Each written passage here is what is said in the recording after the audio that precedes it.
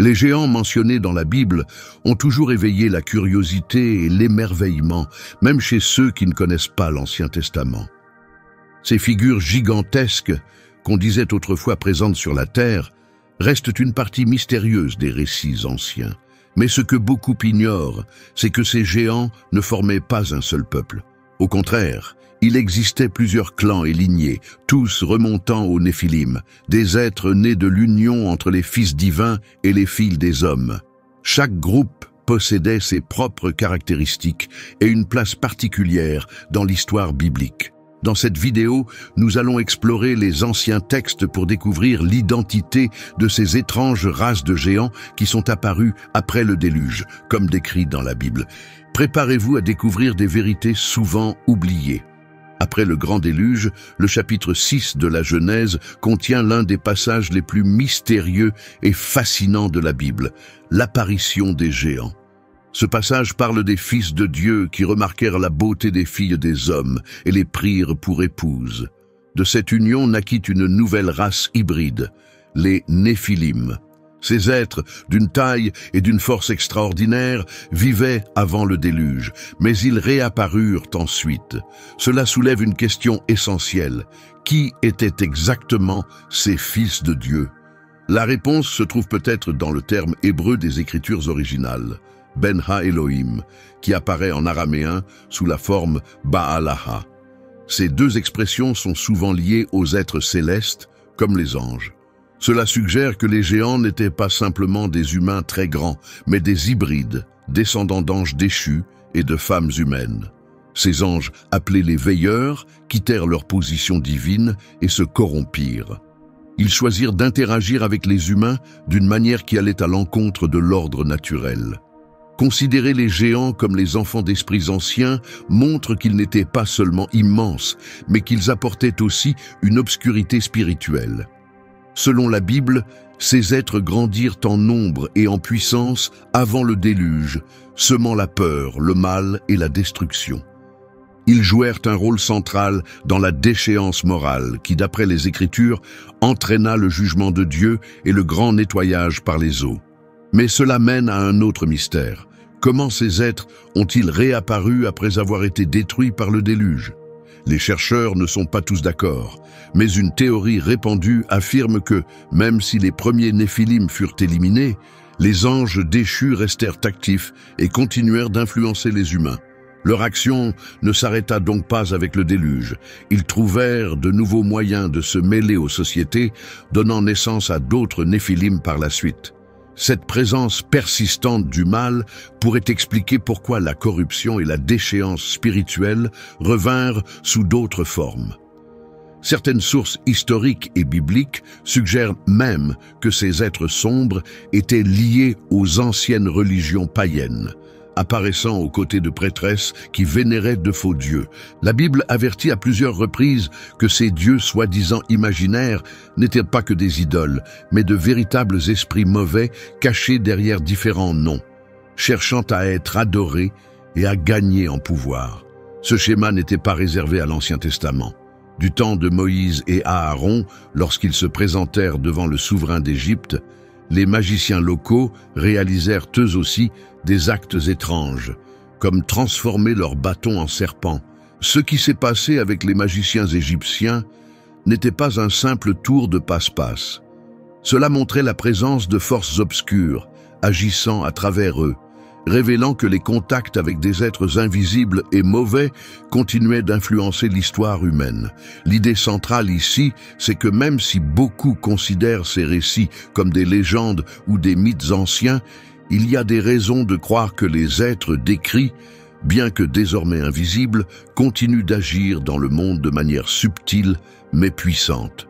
Les Néphilim, avant et après le déluge, n'étaient pas connus seulement pour leur taille.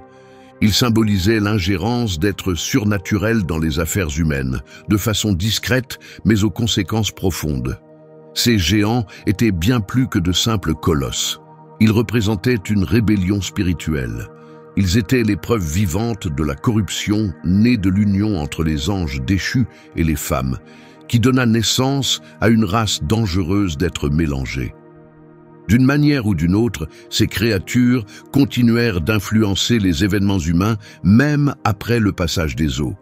Le grand déluge n'a pas marqué la fin de leur existence, ce fut plutôt une pause.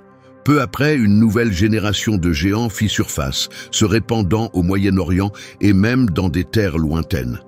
La Bible nous dit que ces géants devinrent de puissants guerriers. Certains fondèrent des royaumes puissants et représentèrent une menace sérieuse pour les nations voisines, y compris les Israélites. Selon les Écritures, au moins 5 clans différents de géants vivaient dans cette région, couvrant une zone allant de la Méditerranée orientale jusqu'à l'ancienne Mésopotamie, et même certaines parties de l'Égypte. Ces groupes s'installèrent dans des terres qu'on connaît aujourd'hui sous les noms d'Israël, d'Irak, de Syrie et de pays voisins. Ils bâtirent des villes fortifiées et des citadelles, se transformant en obstacles redoutables pour toute armée qui tentait de passer ou de conquérir ces terres. L'un des récits les plus marquants à propos de ces géants se trouve dans le chapitre 13 du livre des Nombres. Dans ce passage, le peuple d'Israël envoie des espions pour explorer le pays de Canaan. Mais lorsque les éclaireurs virent les Anakim, un groupe de géants craint de tous, ils furent saisis de peur. Ces êtres étaient si grands et impressionnants que les espions dirent s'être sentis comme de petits insectes, comme des sauterelles, à côté d'eux. Ce moment montre bien plus que la force physique. Il révèle la pression émotionnelle et mentale que ces êtres faisaient peser sur les autres. Les Hébreux, terrifiés et découragés, commencèrent à douter de leur mission. Le rapport mentionnait aussi la puissance et l'organisation du peuple de Canaan. Leurs villes étaient fortement défendues et protégées par ces géants, rendant l'idée même d'une conquête presque impensable. La peur immense ressentie en voyant ces géants faillit pousser les Israélites à abandonner complètement leur voyage vers la terre qu'ils croyaient leur être promise. Cette peur nous montre à quel point la menace était sérieuse, non seulement pour leur sécurité physique, mais aussi pour leur foi et leur détermination. Ces géants étaient plus que des combattants. Ils symbolisaient un conflit plus profond, entre le dessein divin et la rébellion obscure, entre la lumière et la corruption spirituelle. L'existence de ces géants, avec leurs origines mystérieuses et surnaturelles, montre que la conquête de la terre promise allait bien au-delà d'un simple affrontement territorial. C'était un conflit spirituel sur la direction que prendrait l'humanité. Dans la prochaine partie, nous continuerons d'explorer les 5 clans de géants mentionnés dans la Bible, en découvrant leurs origines et ce que révèlent leurs anciens noms. Chaque tribu de géants avait sa propre histoire, bien au-delà de leur taille, et représentait des forces étranges et des défis spirituels difficiles à comprendre entièrement. L'un des premiers groupes de géants les plus connus dans la Bible est celui des Réphaïm. Ces figures gigantesques font partie des plus mystérieuses et redoutées des textes sacrés. Leur nom est étroitement lié au thème de la mort et de l'au-delà. Le mot Rapha, forme singulière de Réphaïm, porte un sens profond, évoquant des esprits ou des forces liées au monde après la vie. En hébreu comme en phénicien, Réphaïm ne désigne pas seulement des géants, mais aussi des êtres fantomatiques qui existeraient entre la vie et la mort, comme des ombres traversant notre monde. Mais pourquoi les anciens les voyaient-ils ainsi ? La raison se trouve peut-être dans l'histoire du Grand Déluge, un événement massif qui, selon la Bible et d'anciennes légendes, aurait effacé ces êtres de la surface de la terre. Ces géants avaient rempli le monde de peur et de chaos avant d'être détruits par les eaux divines. Pourtant, après la fin du déluge, ces géants sont réapparus mystérieusement. Comment cela est-il possible ? De nombreuses sources anciennes suggèrent que les anges déchus, ceux qui se sont rebellés contre le ciel, ont continué à entrer en contact avec les humains. Ces puissants êtres, souvent considérés comme des dieux par les anciens peuples, sont revenus et se sont à nouveau unis à des femmes humaines. Cela a donné naissance à de nouveaux géants, poursuivant ainsi la lignée des Néphilim. La taille des Réphaïm dépassait tout ce que l'homme connaissait. Ils étaient de véritables géants, d'une stature presque surnaturelle. Un exemple célèbre est Og, roi de Bashan, dont le corps massif est mentionné dans les anciens textes. Il aurait mesuré plus de 4,5 mètres de haut et près de 2 mètres de large, faisant de lui un géant dans tous les sens du terme. D'autres Réphaïm partageaient ces caractéristiques, prouvant que tout leur peuple possédait une taille et une force terrifiantes. Leur réputation les rendait redoutés par toutes les nations environnantes.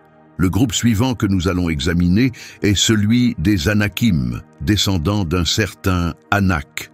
Comme les Réphaïm, les Anakim étaient connus pour leur taille et leur force impressionnante. Mais alors que le nom des Réphaïm évoque la mort, celui des Anakim révèle quelque chose de plus troublant sur leurs origines. Anak n'était pas seulement un nom personnel, il viendrait peut-être du sumérien ancien, où le terme signifierait « fils de ceux qui sont tombés du ciel ». Cela éclaire les origines sombres de ce groupe. Cela suggère que les Anakim n'étaient pas seulement de puissants guerriers, ils étaient les descendants directs d'êtres considérés comme célestes ou rebelles divins. Ces figures venues d'ailleurs, souvent vues comme des anges déchus ou des dieux des anciennes croyances, seraient descendues sur terre, brisant les lois divines pour créer une nouvelle lignée de géants. Les Anakim, issus d'êtres célestes, avaient un lien direct avec le monde spirituel. Cette connexion leur donnait non seulement de la force, mais aussi une forme d'autorité sur les humains. Les descriptions des Anakim dans les anciens textes soulignent leur taille immense et leur puissance. La Bible les présente comme des guerriers bien plus grands que les hommes ordinaires, dépassant de 2 à 3 mètres la taille normale. Certaines sources estiment qu'ils pouvaient mesurer entre 3,3 et près de 4,4 mètres. Leur taille extraordinaire en faisait une menace sérieuse. Certains rapports suggèrent que leur taille pouvait rivaliser avec celle des Réphaïm, voire la dépasser, atteignant peut-être 4,5 mètres. Mais ce n'était pas seulement leur force physique qui les rendait terrifiants. Ces géants possédaient une aura surnaturelle qui renforçait leur présence inquiétante. Leur origine, descendant de ceux qui sont tombés du ciel, faisait d'eux bien plus que de simples combattants. Ils incarnaient un mélange dangereux de forces mortelles et divines, symbole de la désobéissance aux lois célestes. À cause de cela, les Anakim finirent par représenter la rébellion contre l'autorité divine.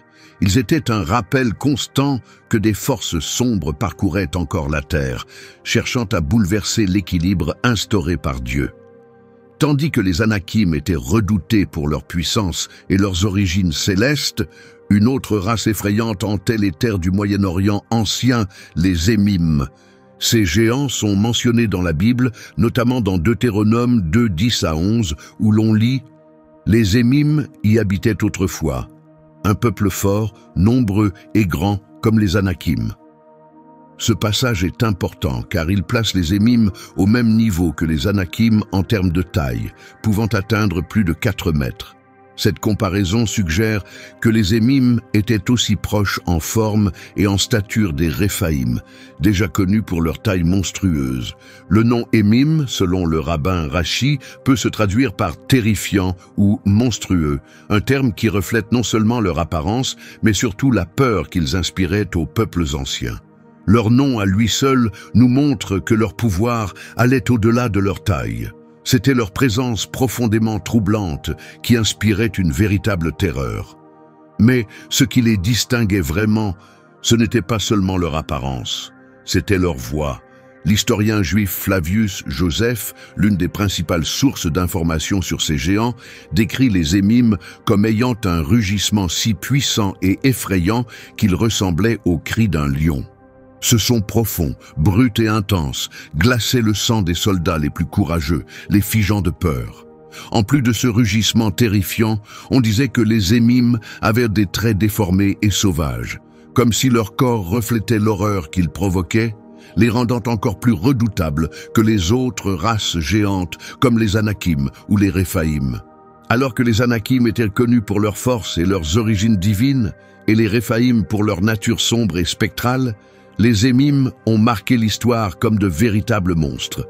Ce n'était pas seulement leur taille ou leur puissance, c'était la peur intense qu'ils faisaient naître par leur simple présence qui bouleversait les peuples anciens.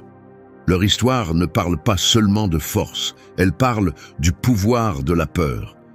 Les Émim ont laissé une impression durable, non seulement par leur taille, mais surtout par ce qu'ils faisaient ressentir aux autres, une impuissance et une terreur totale.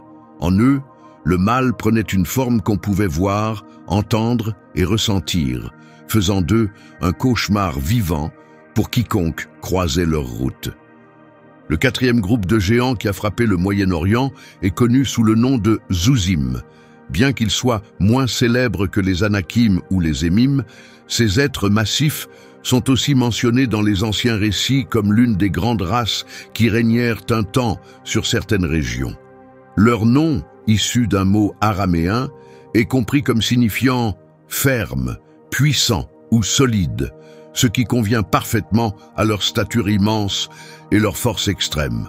On pense que les Zuzim mesuraient entre 3 et 4,1 mètres de haut, ce qui les place parmi les plus grands géants ayant jamais foulé la terre. Comme les autres géants anciens, on croyait qu'ils appartenaient à des lignées étranges et mystérieuses, liées à des êtres venus d'au-delà du monde naturel. Bien que l'on sache moins de choses sur les Zuzim que sur les Émim ou les Anakim, ils sont tout de même mentionnés dans la Genèse 14. Là, ils apparaissent dans le récit d'une bataille impliquant Kaddour-Laouma, souverain des Élamites, et plusieurs autres groupes. Dans ce conflit, Kaddour-Laouma mena une campagne militaire brutale, attaquant des tribus dans toute la région. Les Zuzim, qui vivaient dans un endroit appelé Ashtaroth-Karnaïm, faisaient partie des peuples ciblés et vaincus. Ce massacre fut l'un des nombreux affrontements entre les humains et les géants, marquant le début du lent déclin de la puissance et de l'influence de ces êtres immenses. La défaite des Zuzim ne fut pas une simple bataille, mais un épisode d'une guerre plus vaste entre l'humanité et des créatures venues d'ailleurs. Leur chute est vue comme un moment où les humains ont brièvement triomphé d'être dotés de pouvoirs surnaturels. Mais cela soulève aussi des questions. Quel rôle ces géants jouaient-ils vraiment dans la vie humaine et quel impact ont-ils laissé? Dans la tradition biblique, les géants n'étaient pas seulement grands ou forts, ils symbolisaient des forces qui allaient au-delà du monde physique, des puissances défiant l'ordre naturel et spirituel. Chaque race de géants, des Réphaïm aux Zuzim, représentait plus que la taille. Ils incarnaient la destruction, le mal et la corruption qui s'étaient répandus après le grand déluge. Bien que ces géants aient été éliminés et que leur lignée ait disparu, leurs histoires ont traversé le temps. On a transmis leur nom comme avertissement, rappelant que des forces surnaturelles influençaient encore le monde d'une manière que les humains ne comprenaient pas totalement. Le dernier groupe de géants mentionné dans l'Ancien Testament est aussi l'un des plus mystérieux, les Amzumim. Ces géants vivaient au Moyen-Orient, surtout du côté est du Jourdain. Ils sont considérés comme la dernière trace des puissantes lignées géantes qui avaient dominé de vastes régions pendant des générations. Même si leur nom n'apparaît que brièvement dans les Écritures, les Amzumim restent entourés de mystères. On sait peu de choses sur leur origine ou leur disparition. Comme les Zuzim et les Émim, les Amzumim étaient connus pour leur taille impressionnante et leur force incroyable. Les anciens textes indiquent que ces géants mesuraient entre 4 et 4,5 mètres, ce qui en fait l'un des clans les plus grands mentionnés dans la Bible. Ils partageaient de nombreuses caractéristiques avec d'autres tribus massives comme les Zuzim. Leur puissance écrasante et leur présence dominante faisaient d'eux des dirigeants redoutés de leur terre, et ils furent l'un des derniers groupes de géants à exister avant de disparaître totalement. Les Amzumim étaient réputés pour être des combattants redoutables et dangereux, représentant une menace constante pour les peuples voisins. Ils contrôlaient des régions clés et imposaient leur autorité sur de vastes territoires, intimidant tous ceux qui tentaient de s'installer à proximité. Pourtant, comme dans beaucoup d'histoires de géants, le cours de l'histoire les a laissés derrière. Selon la Bible, les Ammonites, descendants de Lot, finirent par entrer en guerre contre les Amzoumim pour s'approprier les terres fertiles qu'ils occupaient. Dans ce récit, les Ammonites réussirent à vaincre les Amzoumim, prenant leur territoire et effaçant peu à peu la mémoire de ces anciens êtres. Cette bataille est importante car elle marque la disparition des races géantes de cette partie du monde, laissant place à l'ascension des tribus humaines. Après la victoire des Ammonites et leur prise des terres des Amzoumim, l'ère des géants prit fin. Leur chute marqua une transition d'un monde dominé par des êtres puissants et surnaturels à un monde où les hommes commencèrent à écrire l'histoire. Certains chercheurs pensent que les Amzoumim pourraient être un sous-groupe des Réphaïm, une autre ancienne race de géants mentionnée dans les Écritures. Si cette théorie est correcte, alors les Amzoumim ne vivaient pas uniquement à l'est du Jourdain. Ils auraient aussi pu s'installer en Syrie et dans certaines régions de l'actuel Israël. Cela dessine une image d'un passé où d'immenses êtres parcouraient de larges portions du Moyen-Orient. Les Amzoumim furent peut-être le dernier groupe connu de ce genre, survivant un temps en tant que chasseurs et proies, jusqu'à leur élimination complète par des tribus humaines, plus petites mais en pleine expansion. De plus, certains pensent que le nom Zamzoumim est lié à un mot hébreu signifiant « comploteur » ou « ceux qui intriguent ». Si cela est vrai, cela suggère qu'ils n'étaient pas seulement puissants physiquement, mais aussi rusés, capables de former des alliances secrètes. Cette interprétation laisse penser que leur défaite ne fut pas uniquement due à la force militaire des Ammonites, mais aussi à des stratégies de tromperie et des manœuvres politiques avec d'autres groupes. Avec la victoire finale des Ammonites, l'un des derniers clans géants mentionnés dans l'Ancien Testament disparut à jamais. Même si l'on sait peu de choses sur eux, l'histoire des Amzoumim reflète le thème plus vaste d'un monde autrefois rempli de géants et de menaces surnaturelles. Les batailles racontées dans la Bible n'étaient pas seulement des conflits entre armées, elles représentaient aussi des luttes spirituelles plus profondes pour le contrôle du monde. La chute des Amzoumim marqua la fin de ce chapitre ancien et mystérieux. Pourtant, les récits de ces êtres gigantesques vivent encore, éveillant l'imagination et l'intérêt de ceux qui explorent les mystères anciens.